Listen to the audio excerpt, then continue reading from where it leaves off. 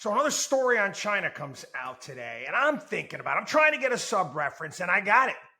Xi Jinping is Fredo Corleone. That's right, and I'm going to explain. Okay, get a story today talking about how Xi Jinping is choking off all sorts of investment in the Chinese economy. However, they're sending people out to go ahead and get money. Follow along here. Wall Street Journal story. Desperate for capital with their economy struggling, we told you so, China's cities are wooing Western businesses with previously unavailable goodies. Beijing has labeled 2003, not the year of the dog, not the year of the porcupine, but the year of investing in China. And local officials, they've gone out and about. They're traveling the globe, spanning the globe on promotional tours to drum up interest from investors. Now, meanwhile, back in China, Xi Jinping's national security agenda wants to fend off all sorts of threats, perceived threats out there. So he's made basically a minefield for all of these people that are going out and about. You see, Xi Jinping is like Fredo. I'm smart. I just want a little respect. And it's hitting right now. He's raided management consultant auditors, detentions. He expanded this anti-espionage law. Again, it's the routine business activity in China.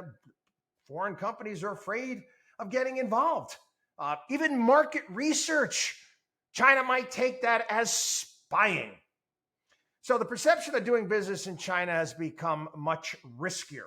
Obviously, that chokes off what? The flow of capital.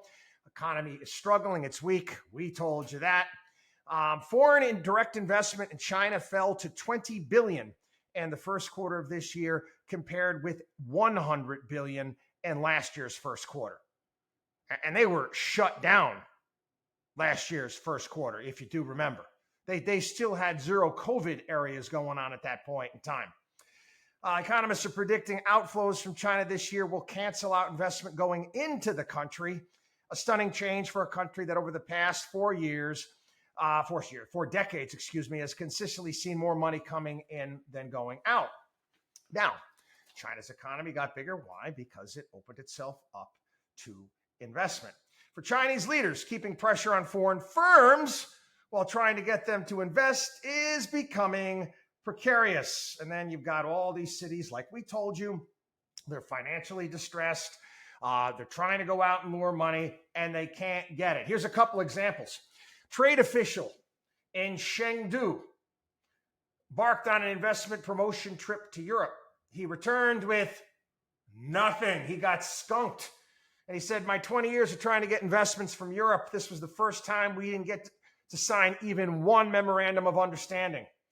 Another senior official in a country in southern Guangdong province, they set a goal of attracting $300 billion in investment in the next 5 years, told a visiting American trade group that the country would reward any U.S. corporate decision maker investing their 10% of the value of the promised deal.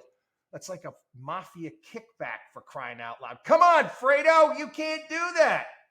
Yeah, that's in our country, that's a bribe, but that's how bad things are. Now, if you do remember, Fredo wanted respect. He wanted respect. He demanded respect. He's smart. And that made him dangerous. He ended up trying to take out his brother, if you do recall. Again, this is why trust but verify. You got to watch this guy, this Xi Jinping. It's not the sharpest tack in the box, in my opinion. WatchDog on WallStreet.com.